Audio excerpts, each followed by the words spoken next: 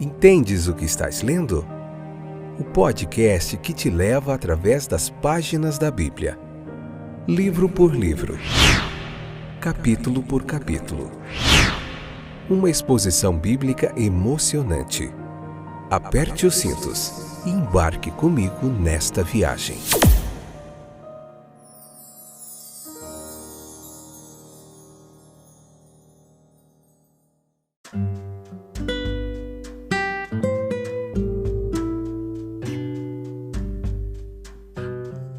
Estamos de volta, esse é mais um episódio do podcast Entendes o que estás lendo? Qual é o episódio de hoje?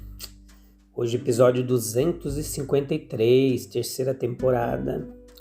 Esse é do capítulo 32, a parte quarta e última parte desse capítulo. Leia o capítulo 32, meus queridos, e depois vem pra cá pra gente poder continuar aprendendo junto. Tudo bem com vocês? Espero que sim. Espero que Deus esteja cuidando de vocês. Como é que está o coraçãozinho hoje? Aflito? Em paz? Traga tudo para o altar. Traga tudo para a presença de Deus. Do jeito que você tiver, coloca na presença dele e ele vai te dar direção, estratégia para vencer todas as suas dificuldades, tá bom? Então vamos lá. O sentido geral hoje da declaração de Moisés, que nós vamos ver aqui, quando ele disse para Deus assim: apague o meu nome do teu livro, Deus. Moisés estava disposto até a morrer, ser cortado da esperança e privilégio daquela aliança ali, e submeter-se a qualquer terrível sujeição à ira de Deus que pudesse implicar, se somente assim seu povo pudesse ser salvo. Era uma proposta estupenda de se fazer, um ato extraordinário de autodevoção de Moisés, um expoente maravilhoso de seu amor patriótico por aquele povo, um reconhecimento não menos maravilhoso do que era devido à justiça de Deus antes que o pecado pudesse ser perdoado. Então, um tipo de Cristo ele foi visto no jovem Isaque subindo a colina para ser oferecido no altar por seu pai Abraão. E um tipo muito mais próximo é Moisés. Em João 15:13 diz assim que ninguém tem maior amor do que este, de dar a sua própria vida pelos seus amigos. Se o povo deve perecer, esse significado também parece ser transmitido aqui nas palavras, Moisés desejaria perecer com eles, se fosse necessário. Não apenas a proposta de fazer dele uma grande nação não atraiu a sua mente, mas se o povo fosse destruído, ele preferiria morrer com eles. Ele não deseja nenhuma vida que possa ser vivida fora daquele povo, de estar com eles, fora da deles. A devoção patriótica de Moisés, ela não podia ir mais longe.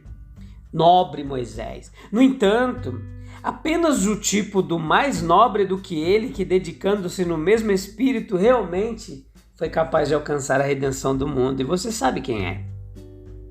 Nós podemos ver aqui nesse incidente desse capítulo que há uma conexão de um sentimento da necessidade de expiação com visões justas do demérito do pecado. A certeza quando apenas visões do pecado são mantidas e desse sentimento da necessidade de uma expiação que vai surgindo. Ao recusar a proposta de Moisés, meus queridos ouvintes, Deus não diz que a expiação não é necessária. Não. Ele não disse que seu servo exagerou na enormidade do pecado ou as dificuldades que estão no caminho de seu perdão.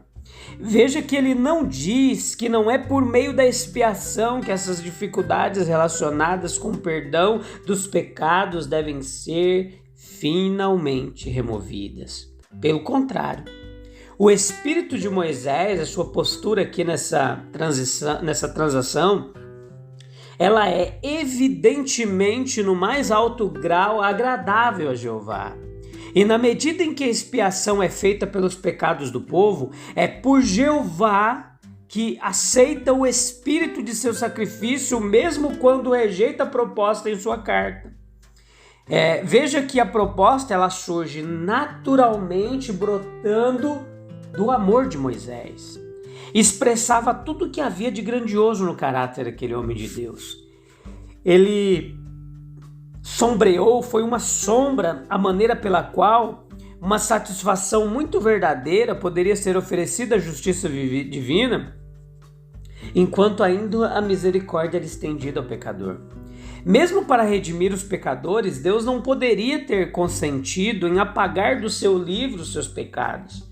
Não, a dificuldade ela só é resolvida na expiação do Filho, e que morre, mas ressuscita, tendo dado fim ao pecado. Nenhum outro poderia ter oferecido essa expiação a não ser Ele mesmo. Nós vemos aqui também, nesse capítulo 32, no versículo 31 e 32, uma confissão e uma intercessão de Moisés.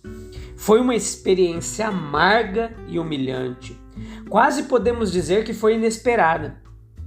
Pois embora antes de descer do monte, Jeová lhe tivesse dado um aviso claro do que o esperava, de alguma forma ele parece não ter entendido o sentido completo das palavras de Jeová.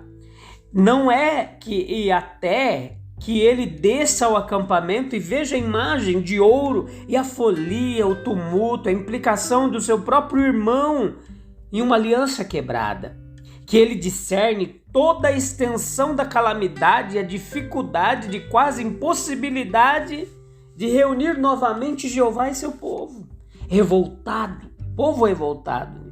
Em vão é procurar qualquer coisa como conclusões seguras nos detalhes da conduta de Moisés nessa ocasião.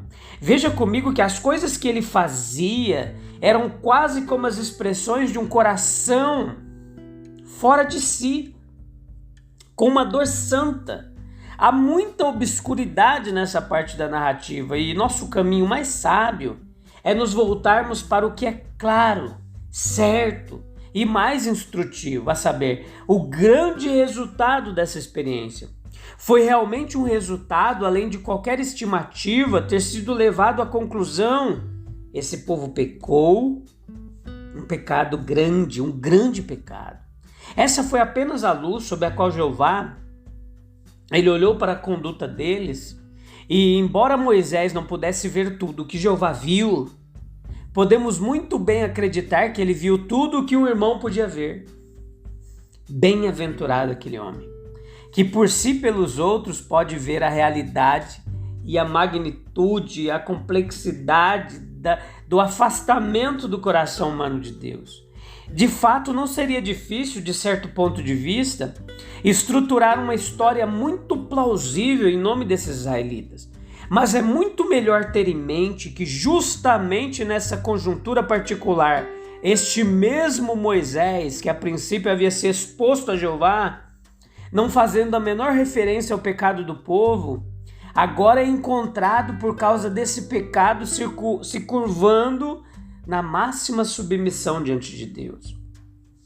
Arão ele veio a Moisés com uma desculpa, versículos 22 ao 24. Ele falou no espírito de Adão, colocando a culpa em outro. Mas Moisés não tenta desculpa e nem atenuação, nem foi necessário. A breve frase que ele falou em toda a sua severidade foi o bastante. Bem-aventurado aquele homem, que por si só e pelos outros pode ver a realidade de tudo aquilo ali. Então veja que de fato não seria difícil, de certo ponto de vista, estruturar uma história muito plausível em nome desses israelitas, mas é muito melhor ter em mente que Moisés, ele justamente nessa conjuntura particular, ele se expõe a Jeová, não fazendo a menor referência ao pecado do povo, e agora é encontrado por causa desse pecado se curvando em máximo submissão a Deus. A confissão ela é tão completa e enfática quanto pode ser, mas o coração é muito duvidoso quanto ao que pode resultar da confissão. As palavras de Moisés aqui, elas são consistentes com as rápidas oscilações que acontecem na natureza humana, de um extremo a outro, como se um pêndulo oscilasse de um lado a outro. Anteriormente, ele fala quase repreendendo a Jeová por pensar em destruir seu povo. Agora veja que mesmo ele, quando a imagem insultante é reduzida a pó e os líderes em transgressão destruídos, ele entra na presença divina e, como alguém que está totalmente preparado para o pior, ele diz: olha, se tu os perdoares. Nós podemos imaginar os tons gaguejantes dele ali, né? E meio envergonhados com que essas palavras saem dos lábios de Moisés. O homem que antes era tão frutífero de razões está agora completamente calado. As promessas de Jeová passada, que ele não pode insistir, pois quanto mais ele pensa neles, mais por uma consequência inevitável, ele pensa na aliança quebrada. A luz dessas promessas gloriosas brilha para o presente sobre uma cena de ruína e vergonha. Então é digno de nota que Moisés teve que subir por impulso de seu próprio coração e ainda nós não ouvimos nenhuma confissão geral, não é o choro e o lamento de uma nação que volta em penitência que ele leva diante de Deus. Se ao menos o povo o tivesse enviado para dizer: pecamos, um grande pecado. E se ao menos o tivessem feito sentir que era o porta-voz escolhido, se apenas houvesse um grito de contrição suavizado pela distância e tivesse chegado aos seus ouvidos enquanto ele se aventurava diante de Deus, poderia haver algo para encorajá-lo. Mas até agora não havia sinal de nada desse tipo. Aprenda com isso, meus queridos, que não pode haver súplica e serviço proveitoso de nosso grande advogado, exceto quando olhamos para ele com súplica e serviço, em plena consciência de que não podemos abrir mão dele. Não obtemos nenhum bem prático da defesa de Jesus, a menos que com fé e sinceridade, seriedade, possamos fazer dele o nosso advogado. Ele não podia deixar de sentir a diferença que havia entre sua posição e a deles, mas naquele momento havia um sentimento que engolia todos os outros, que era a unidade da fraternidade, a sugestão de fazer dele um novo e melhor povo da aliança. Voltou a ele agora, com um significado surpreendente que faltava antes. Israel, como povo de Deus, parecia fechado para a destruição agora. Se Deus disse que a aliança não poderia ser renovada, se ele disse que o povo deve retornar e se fundir e se perder na massa geral da humanidade, Moisés sabia que não tinha um apelo compensatório. Somente isso ele podia orar para que ele também fosse incluído em sua condenação. Ele não tinha coração para ir, ao menos que seu povo fosse. E certamente deve ter uma influência muito inspiradora e estimulante meditar nessa ilustração a respeito do altruísmo de Moisés. Moisés, sabemos, ele foi trazido muito perto de Deus e que vislumbres devem ter sido abertos para ele de um futuro glorioso. Mas então ele só tinha pensado nisso como sendo seu futuro junto com o povo. Nas ameaças de que Deus estava prestes a abandonar aqueles que o haviam abandonado, parecia não haver mais brilho mesmo no favor de Deus para ele como indivíduo. Apóstata de coração e ações, como eram seus irmãos, ele ainda se sentia um membro do corpo. E ser separado dele seria como se o membro fosse arrancado.